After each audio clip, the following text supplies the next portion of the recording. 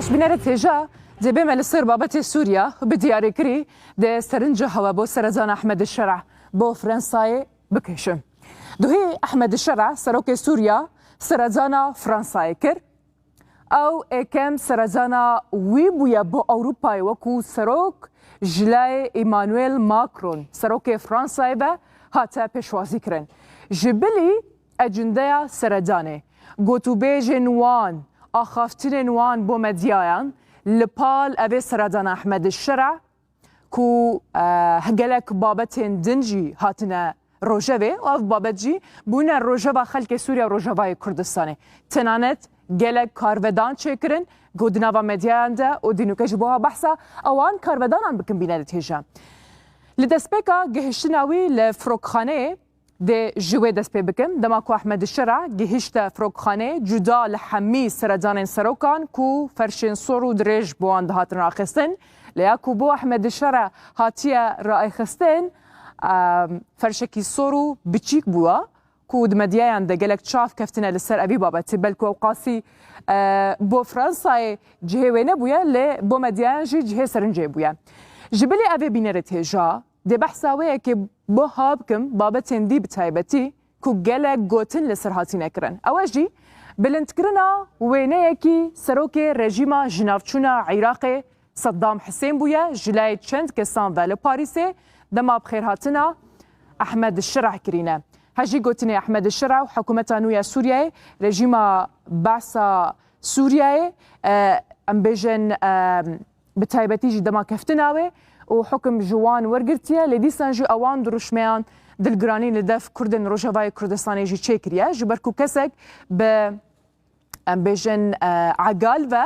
كسك يا عرب ويا او كدياره لسر آلايا كسوريا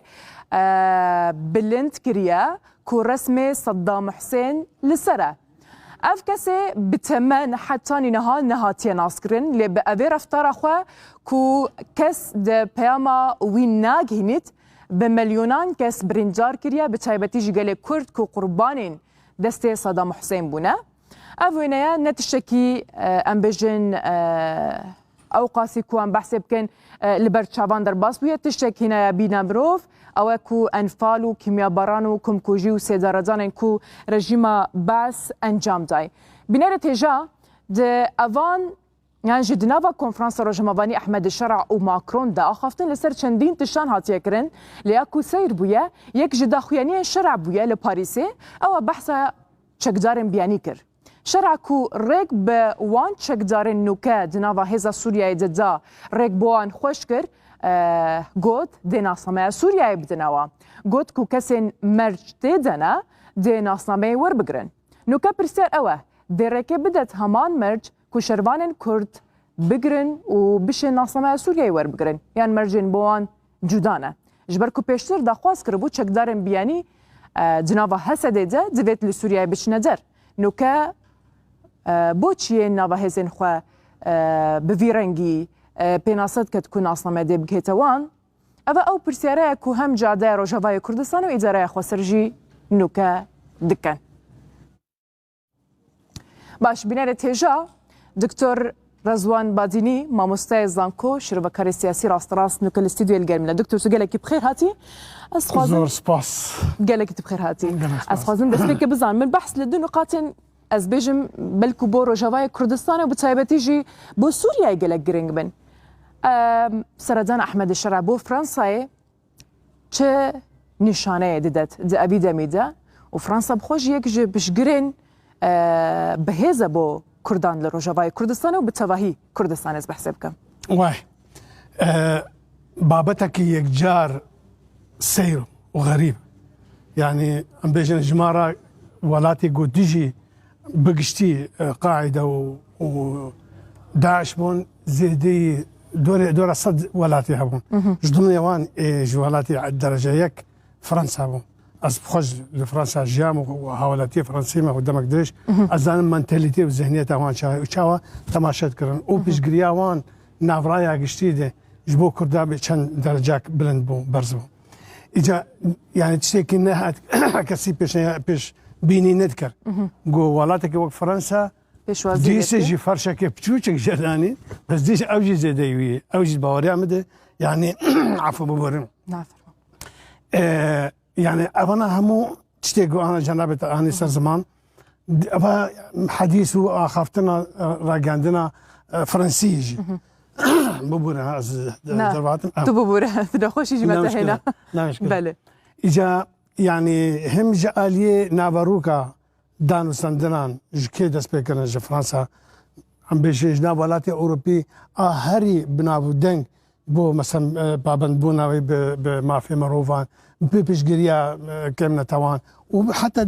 دواره مثلا نافخوی سوریا ده پشگیریا فرانسیا جه دانوسان جه هموان که شیء گوشه بون لآلیک مظلومان بون لآلیک کسی بن دست بون و جا کی دعوت کردن انسان دولت وحید کم آگوگ پشوازی لشارع کرد دیس بو فرانسا. بله. إذا قال لك وقت بيجي هو قران شو بيجم اسباب هنا اما دور درج مركار بحث بك ليه كورتي بيغوتن فرنسا يك شوالاتي ايغو اواكي ميجوي بيوانديا وان لقال سوريا ولبنان جحمو ولاتي اوروبي بيترمو بله. يعني او خد بين وقت هنا كي بيجي بابند بون بهابونا سوريا بويشوي ايغو انا تخصن روبده شيء وازي وقت بيجي هل وسطي بيغورتن وجيكي معقول وقت بيجي وي تابتها بالناف بيشكتنا رجلاتنا نافين فرنسا وكو هرجار دنافا ابي هفديتني داجي قالك رجد بويا لسراويه كي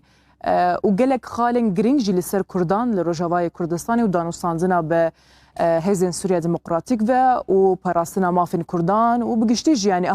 او اتفاق كدناف برا هسدي وحكومة ويا سوريا داجي تشيبو يعني قالك رجبوا لسر اواني قط ابا نشانه اوي كديدتكو فرنسا بيجي احمد الشرع تو اقهدار با امجي اقهداري كردان لروجافاي كردستان وسوريا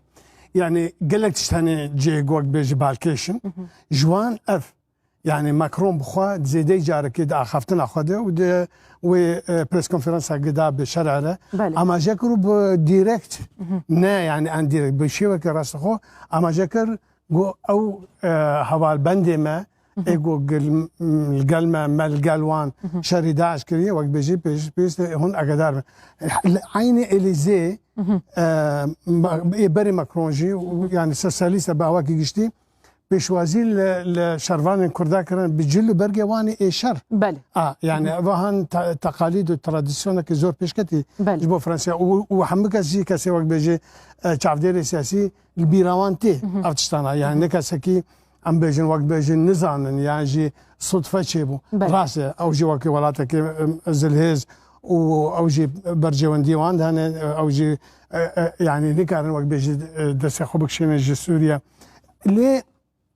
چه ته پیش بینی کردن لداهاتو ده چه آنها افاتناوی و چه القل خبینه باش باوری آمده يعني كيمك بيجي آلية بوزيتيف مرة بناره نجبو كرداش وتشتكي باش بله وين الوي درجة قبل عم بيجي يعني هنا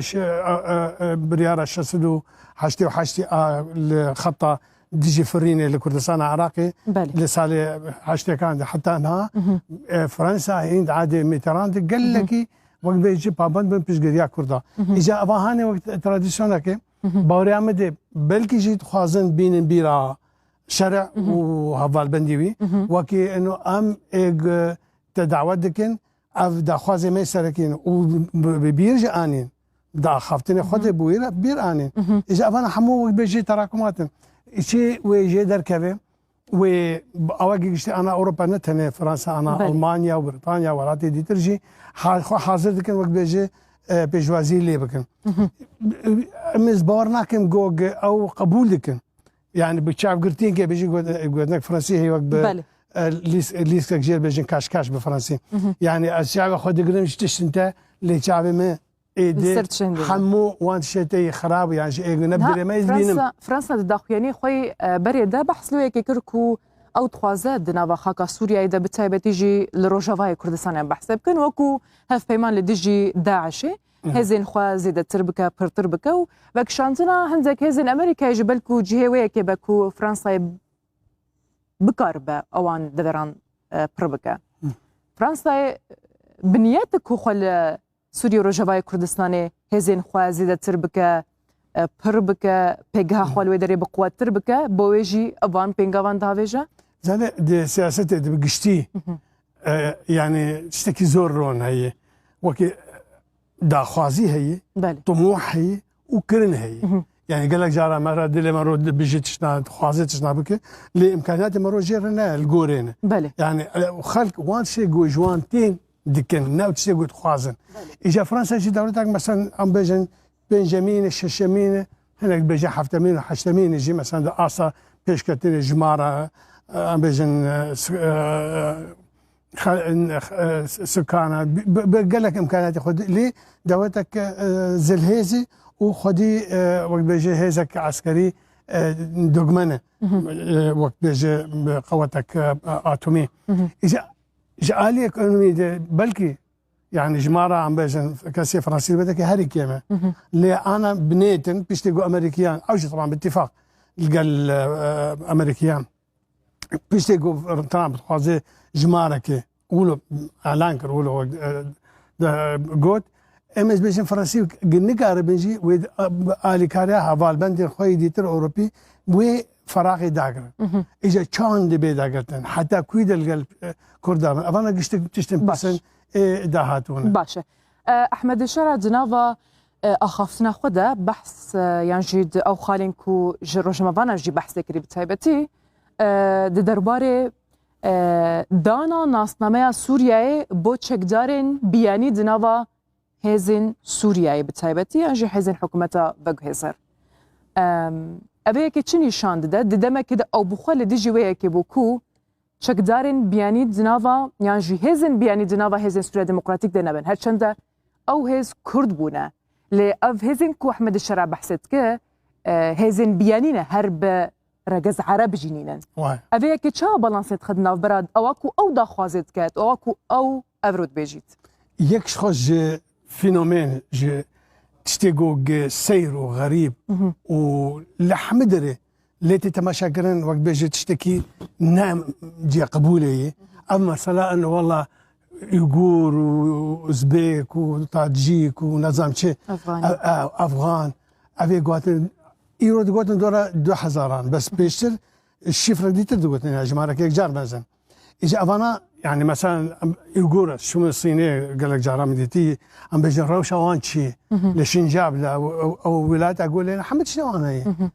وكي ولاتي بس قال وان تركيا دي تركيا هنا سرك وزير واني جاران أو قديرة جان سرك واني سياسي بيشوازي كروزاشي يعني شرم جناكن اوان دولة اوان هي حمو حقوق وما في وان هنا زماني وان يعني ولاية اوان هي دولة اوان هي بلي او تشتي خوي قشتكي ديجي الصينية راد بسنج برقو والله ابانا مسلمان هناك خديك راويج ما في واني وك ايني وك بجين بن شعبتك يعني قبولناك اجا اي كردان جمارة وان اصلا نوكا كردان يعني جمارة وان نب جمارة خونا بقرنجيا خونا بظلم وزورة يعني بحمق قوي تشي بوران بي تبينا انه والله ابانا نحقيك غريب عجيبه تاني برقو تركيا بيش قريا وانتكر شارع جي لا ينقري تركيا ابو او انا خوازه ونزان جي يعني ابانا فعلا جهادي ايه هري راديكاليست يعني اول ايجو جوان يعني تشتكي دي ترتنا اولوياتك دي جانتنا باشا راكرنا ويني صدام حسين جاليه كسكي بكو بيشوازي لاحمد شراكر تشوات هينوكا بكرتي ما مست انا والله وقت قال لك تشتواني سير غريب يعني ناين باور شكو نايف يمكن ابدا ليه ابانا او شي مدرسه خارجي شي مدرسين برسالة اساسي اف ذهنيتها وان شي منتاليتها وان شي يعني سياستها كانوا يعني جي اوبوزيسيون اللي بذهنيتها بعث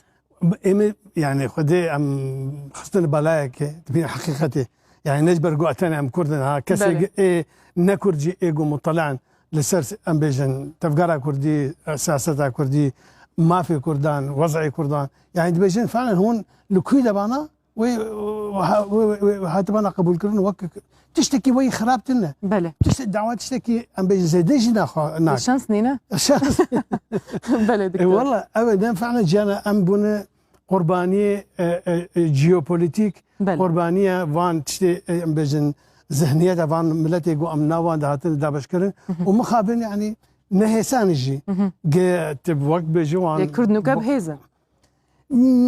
تشتكي يعني شبه نسبيه هي زعما تيريناكي مع الاسف عم بقشبينن لتيريناكا جوان فان هيزي تشتكي لنا متفق تنسى كردا دبنيك وداش حمدشي حد قرن وقت بيجي اولويات وان او قمج صار عرضي ما هلين ما قبولنا كان هذه دار من نجهن ويخاله ان شاء الله قال لك سباستكم برز دكتور رزوان بعديني كما وسيزانكو شربكاري سياسي راس راس الجنب قال لك سباس دكتور سباس ان شاء الله قال لك